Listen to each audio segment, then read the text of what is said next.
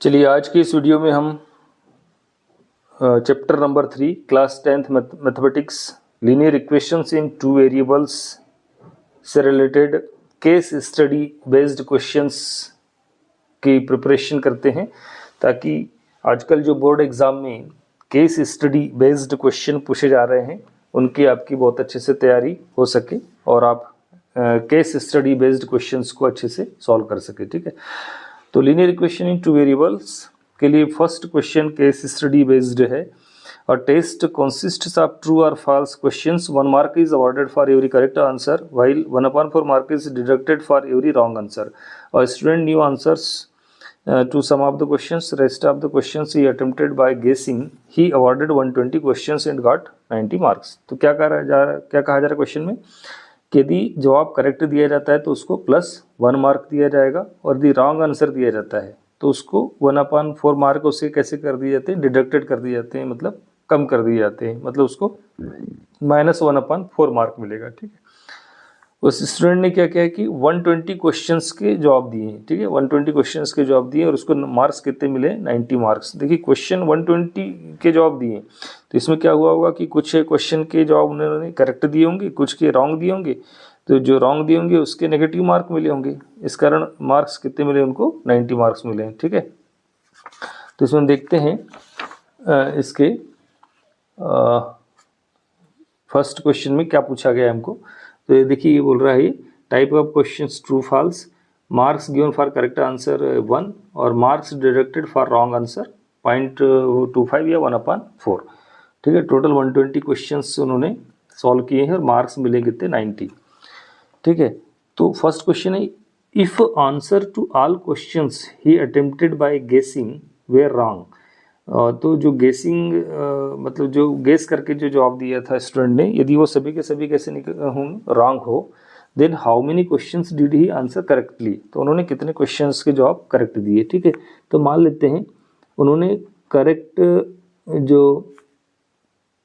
Correct questions उसके हैं मान लीजिए x।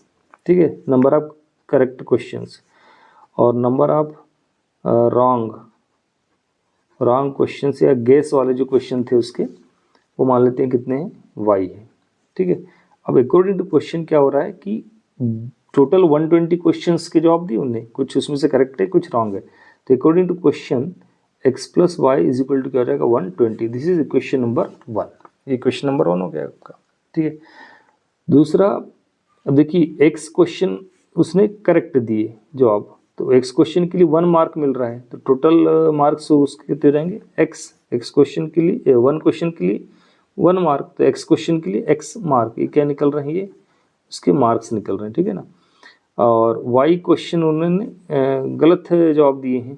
ठीक है, गलत जवाब दिए हैं, तो 1 क्वेश्चन के लिए क्या है, -1/4 है, तो y क्वेश्चन के लिए कितना नंबर मिलेगा, -y/4। तो इसमें से इसको माइनस करेंगे तो टोटल मार्क्स जो उसको क्या मिले, 90। तो हो जाएगा x - y/4 इक्वल क्या हो जाएगा, 90। अब हम क्या करते हैं, यहाँ पर पूरे इक्वेशन को 4 से मल्टीप्लाई कर देते हैं, तो हो जाएगा 4x - y और 4 9 जा 30, 6 3 60। तो इस प्रकार से इक्वेशन नंबर क्या आ गया हमारे पास, 2। 4x - y = 3 60। This is equation number 2। अभी दोनों इक्वेशन को सॉल्व करके हम x और y की वैल्यू फाइंड आउट कर लेते हैं बाय एलिमिनेशन मेथड। यहाँ पर इन दोनों को क्या करना पड़ेगा हमको, बाय एडिशन। तो x और 4x कितने हो गए, ये 5x और प्लस y और माइनस y कैंसिल, ये ऐड करेंगे तो 0 2 6 8 और ये 3 1 4। सो x का वैल्यू क्या हो जाएगा, 480/5, तो 5 9 जा 45, 3 30, 5 6 जा 30। सो x का वैल्यू कितना आ गया, 96। x का वैल्यू आ गया 96 बाय इक्वेशन नंबर 1। ये हमारे पास x + y = 120, तो यहाँ x का वैल्यू रख देंगे 96 + y = 120। सो y का वैल्यू क्या जाएगा, 120 - 96। सो y का वैल्यू क्या आ गया हमारे पास, माइनस करेंगे तो 10 - 6 4, और ये हो गया 11 - 2 24। y का वैल्यू हो गया 24। तो y क्या है, नंबर ऑफ रॉन्ग क्वेश्चंस। तो 24 उन्होंने गलत जवाब दिए और करेक्ट जवाब कितने दिए, 96। तो क्वेश्चन में पूछा था हमको कि how many questions did he answer correctly. तो number of correct questions is equal to क्या हो जाएगा 96, 96, ठीक है। तो फर्स्ट क्वेश्चन इसका। देन सेकंड क्वेश्चन में क्या बोला गया है, how many questions did he guess, तो नंबर ऑफ गेस क्वेश्चंस, ये गेस क्वेश्चन क्या हो जाएंगे 24, ठीक है, ये निकला हुआ है हमारे पास 24। देन नंबर 3, इफ, ठीक है ना, if answer to all questions he attempted, if answer to all questions he attempted by guessing were wrong, ठीक है, मतलब गेसिंग करके जो क्वेश्चंस उन्होंने दिया, जवाब जो दिया वो सबके सब कैसे निकले रॉन्ग, एंड आंसर्ड 80 करेक्टली, और 80 उन्होंने कैसे दिए, सही जवाब दिए, तो then how many marks he got, ठीक है। देखिए टोटल कितने क्वेश्चन थे 120, ठीक है, टोटल 120 क्वेश्चन थे, तो 80 जो है वो क्या बोल रहा है करेक्ट है, तो बाकी इनकरेक्ट कितने हो जाएंगे 40 होंगे ना, इनकरेक्ट क्वेश्चन कितने होंगे 40, ठीक है। तो 80 ये होंगे नंबर ऑफ क्वेश्चंस, है ना, 80 क्वेश्चन के लिए उसको कितने मार्क मिलेंगे, 80 मिलेंगे मार्क्स, 80 मार्क्स मिलेंगे, और 40 क्वेश्चंस के लिए क्या होगा, कितने माइनस करना पड़ेगा 1/4, इसका 1/4 निकाल लेते हैं, इंटू 1/4, तो हो जाएगा 10, तो -10, तो 80 - 10 कितने हो जाएंगे 70, तो उसको मार्क्स कितने मिलेंगे 70 मार्क्स मिलेंगे, ठीक है ना। तो क्वेश्चन नंबर 3 में क्या पूछा गया था हमको कि then how many marks he got, तो उसको नंबर कितने मिलेंगे 70 मार्क्स मिलेंगे, ठीक है। देन क्वेश्चन नंबर 4 में क्या पूछा जा रहा है, क्वेश्चन नंबर 4 में if answer to all questions he attempted by guessing were wrong, then how many question answered correctly to score 95 marks, तो 95 मार्क्स लाने के लिए वो कितने क्वेश्चंस जो है सॉल्व करेगा ताकि उसके मार्क्स कितने आ जाए 95 आ जाए, ठीक है ना। तो if answer to all questions he attempted by guessing were wrong, तो गेसिंग, और then how many questions answered correctly to score 95 marks, तो मान लेते हैं करेक्ट जो क्वेश्चन है वो मान लेते हैं क्या है x है, और रॉन्ग क्वेश्चंस कितने मान लेते हैं y, ठीक है। तो x के लिए उसको कितने मार्क्स मिलेंगे करेक्ट के लिए x, और y के लिए कितने मिलेंगे -1/4 y, ठीक है ना। तो x - 1/4 y is equal two marks कितने मिले उसको 95 मिले, ठीक है। इस प्रकार से क्या हो जाएगा, इसको सॉल्व करेंगे तो 4 से मल्टीप्लाई कर दीजिए पूरे इक्वेशन को, 4x - y इक्वल 4 5 जा 20, बच गए 2, 4 9 जा 36, और 2 38 3 80, दिस इज इक्वेशन नंबर 1, ठीक है। और दूसरा इक्वेशन क्या होगा, करेक्ट और रॉन्ग क्वेश्चंस की संख्या टोटल कितनी है x + y = 120, तो ये दो क्वेश्चन इक्वेशन है, इनको सॉल्व कर लेंगे by elimination method, -x - y cancel, तो हो गया 5x इक्वल 0 8 to 10 3 1 4 और 5, so x is equal to क्या जाएगा 500/5, so x is equal to क्या आ गया 100, so number of correct question, so number of correct question is equal to क्या हो जाएगा 100, ठीक है। इस प्रकार से ये था आपका क्वेश्चन नंबर 1। देखते हैं case study based question number 2, ठीक है। सर क्वेश्चन नंबर 2 देखते हैं, जिसमें कहा गया है कि Amit is planning to buy a house and the layout is given below. The design and the measurement has been made such the areas up to bedrooms and kitchen together is 95 square meter. तो क्या बोला जा रहा है 2 bedroom है ना, 2 bedrooms plus kitchen, 2 bedroom और kitchen का जो एरिया है वो कितना है 95 स्क्वायर मीटर है, 95 स्क्वायर मीटर है, ठीक है। ये दिया हमको, ठीक है। देखते हैं क्या बोल रहा है, क्या बोला जा रहा है 2 बेडरूम है ना, क्वेश्चन में क्या बोला गया है कि 2 बेडरूम प्लस किचन, इसका जो एरिया है वो क्या दिया था 95 स्क्वायर मीटर, ठीक है। तो ये जो इन्फॉर्मेशन हमको दी गई है इसके आधार पर हमको क्वेश्चंस के आंसर देने हैं, ठीक है ना। तो ये इस प्रकार से हमको यहाँ पर ये इसका डिज़ाइन दिया हुआ है, ये बेडरूम यहाँ बाथरूम है, ये किचन है, ये लिविंग रूम है, ठीक है ना। इस प्रकार से इधर टोटल लेंथ इसकी 15 मीटर दी गई है ना। यहाँ तो बेडरूम का जो ये विड्थ कैल है इसको 5 मीटर दिया हुआ है, यहाँ बीच में 2 मीटर का गैप है, ये 5 मीटर, ये यहाँ से यहाँ तक x दिया हुआ है, ये 2 मीटर है और ये y मीटर है, इस प्रकार से, ठीक है। तो ऑन द एबो information answer the following questions, ठीक है। तो देखते हैं फर्स्ट क्वेश्चन क्या कहा गया है, form the pair of linear equations in two variables from this situation. तो इस सिचुएशन से हमको पेयर ऑफ लीनियर इक्वेशन बनाने हैं, ठीक है। तो हो क्या रहा है, यहाँ पर आप देखेंगे, यहाँ देखेंगे तो बेडरूम का एरिया कितना दिया हुआ है हमको, ये इसकी लेंथ मान ले और ये विड्थ, तो ये हो जाएगा 5x, ये बेडरूम क्या हो जाएगा 5x, है ना। ये भी 5 और यहाँ से यहाँ तक ये x है, तो ये 5x, ठीक। लेंथ इनटू ब्रिथ, रेक्टेंगल है कि लेंथ इनटू ब्रिथ, तो ये 5x और किचन है, आप देखिए ये यहाँ ये 5 है, ये वाली यहाँ से यहाँ तक कितना है, ये 5 है और यहाँ से यहाँ तक इसकी लेंथ y है, तो इसका भी एरिया क्या हो जाएगा 5y। लेकिन क्वेश्चन में हमको दिया हुआ है कि 2 बेडरूम और किचन का एरिया जो है 95 स्क्वायर मीटर है, और यहाँ पर इस डिज़ाइन के अनुसार ये 5x प्लस 5y इक्वल क्या हो जाएगा 95, ठीक है ना। Question number, according two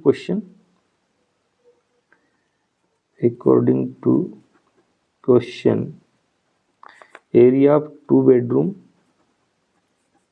plus area of kitchen is equal to दिया 95।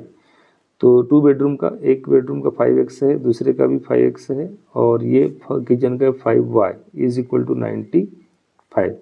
इस प्रकार से 5x कितने हो जाएंगे 10x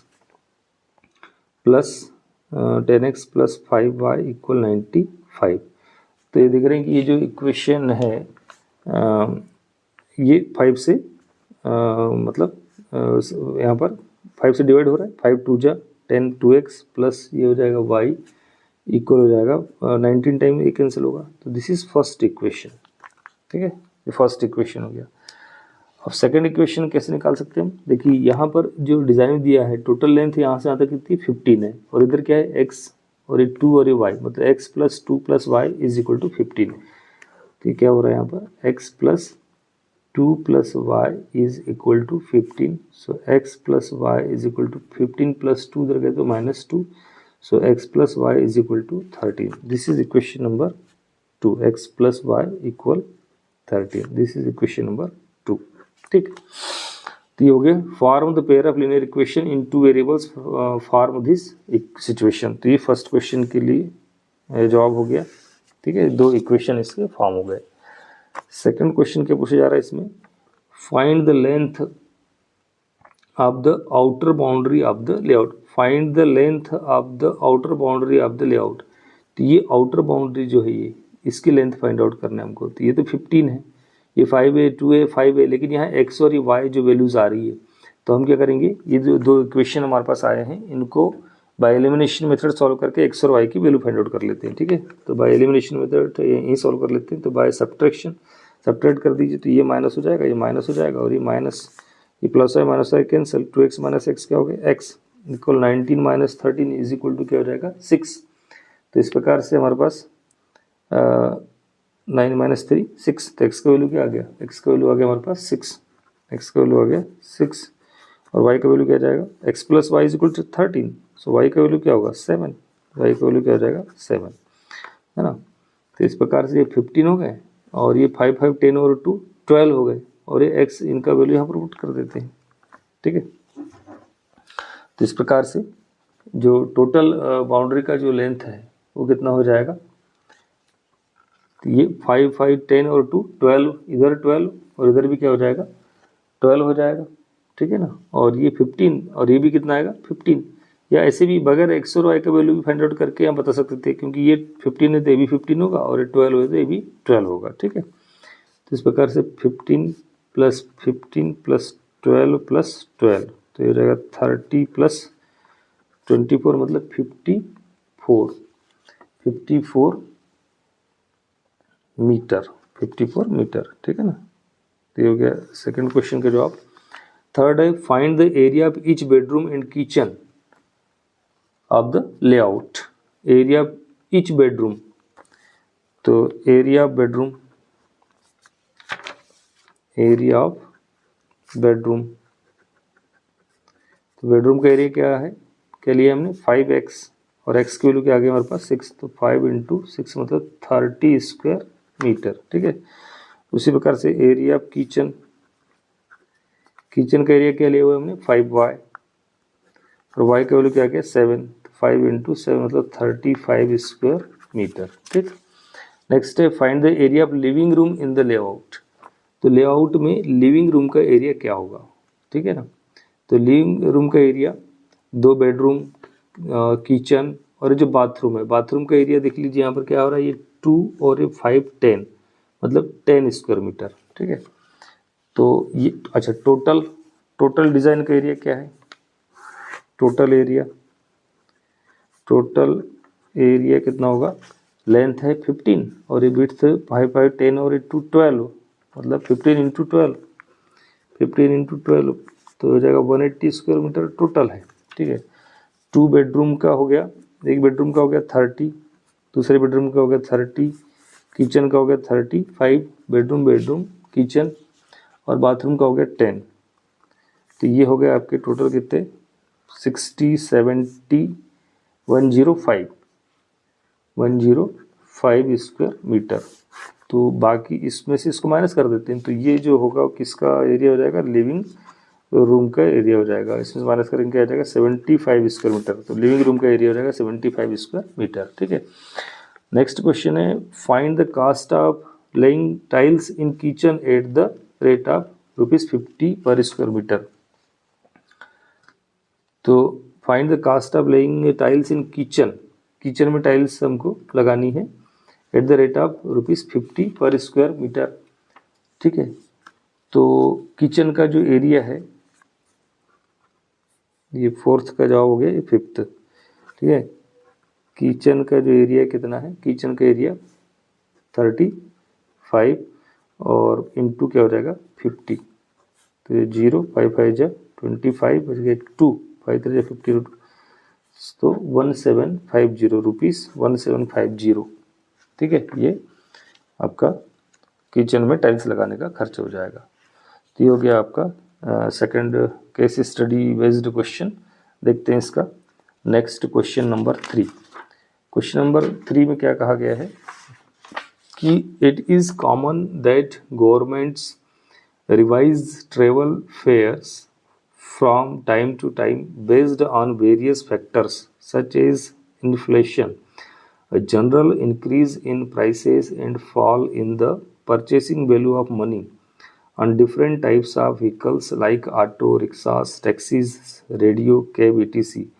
The auto charges in a city comprise of a fixed charge together with the charge for the distance covered. Study the following situations। तो ये है name of the city, city A city B, distance travelled kilometre. तो city A में हम यदि 10 kilometre distance travel करते हैं तो उसका हमको अमाउंट देना पड़ेगा 75। इस 75 में एक फिक्स्ड चार्ज भी ऑटो का या कैब का जो है एक फिक्स्ड चार्ज भी शामिल है। यदि 15 किलोमीटर हम ट्रेवल करते हैं तो 110 हमको फेयर देना होगा। सिटी बी में 8 किलोमीटर के लिए 91 और 14 किलोमीटर के लिए 145 हमको इतना रेंट अमाउंट देना होगा, ठीक है। तो सिचुएशन 1 में क्या कहा गया कि इन city A for journey of 10 kilometre the charge paid is ₹75 and for a journey of 15 kilometre the charge paid is ₹110। Situation number 2 क्या है, in a city B for a journey of 8 kilometer the charge paid is ₹91 and for a journey of 14 kilometer the charge paid is ₹145, ठीक है। तो refer situation number 1। Situation number 1 के अनुसार हमको यहाँ पर जवाब देने हैं। सिचुएशन नंबर 1 में क्या कहा गया है कि if the fixed charge of auto rickshaw to be X, एक चार्ज कैसा फिक्स्ड चार्ज है, ठीक है। फिक्स्ड चार्ज क्या है, वो है ₹X and the running charges भी रुपीज़ वाई, मतलब पर किलोमीटर के लिए जो चार्ज है रनिंग चार्जेस भी रुपीज़ वाई पर kilometre. The pair of linear equations representing the situation is, ये refer situation number 1, situation number 1 के लिए ये क्वेश्चन पूछा गया है ना। जो रनिंग चार्जेस है, रनिंग चार्जेस का मतलब क्या है कि फिक्स्ड चार्ज के अलावा जो चार्ज लिया जाएगा वो कैसे लिया जाएगा, रुपीज़ वाई। तो देखिए यहाँ पर 10 किलोमीटर डिस्टेंस हम तय कर रहे हैं, है ना। तो एक फिक्स्ड चार्ज तो क्या हो गया एक्स, और 10 किलोमीटर के लिए चार्ज क्या, 1 किलोमीटर के लिए क्या मान हमने वाई, तो 10 किलोमीटर के लिए क्या होगा 10 वाई। इन दोनों को मिला करके टोटल चार्ज क्या हो जाएगा 75, ठीक है ना। तो फर्स्ट इक्वेशन क्या बन जाएगा हमारे पास, x प्लस 10y इक्वल 75। ये क्या है, चार्जेस है ना, ये फिक्स्ड चार्ज हो गया x, और हमने 1 किलोमीटर के लिए एक्स्ट्रा चार्ज कर लिए लिया है y, और 10 किलोमीटर जर्नी की तो उसके लिए चार्ज कितना हो जाएगा 10y, ठीक है। तो x plus 10y equal 75 first equation होगा।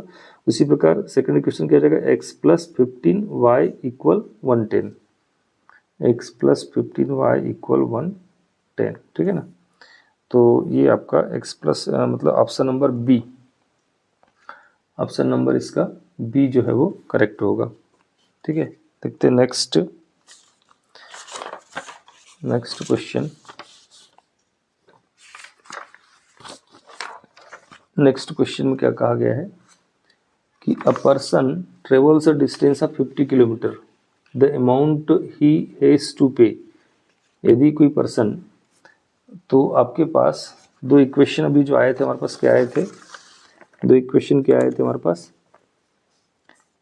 x प्लस 10y इक्वल 75 और x प्लस 15y इक्वल 110, ये दो इक्वेशन हमारे पास आए हुए थे, ठीक है ना।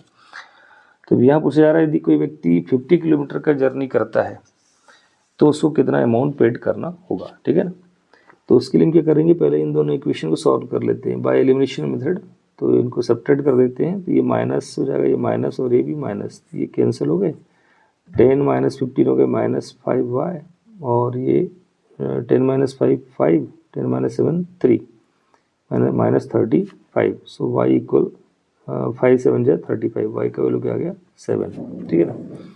और x का वैल्यू क्या आ जाएगा, तो x प्लस 10 इंटू 7 इक्वल 75, तो x इक्वल 75 माइनस 70 उधर जाएगा तो 5x का वैल्यू क्या आ गया 5, ठीक है।